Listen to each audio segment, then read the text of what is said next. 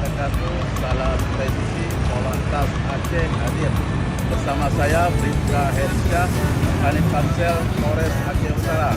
Ingin komandan melaporkan situasi arus lalu lintas pada hari Kamis tanggal 30 Juli 2025. Untuk saat ini situasi arus lalu lintas dalam keadaan aman dan lancar dari arah Medan menuju Banda Aceh ramai dan lancar.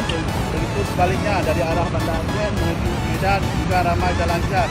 Kami tetap menghimbau kepada para pengguna jalan agar selalu tertib mematuhi lalu lintas dan ikuti arahan petugas untuk keselamatan kita bersama.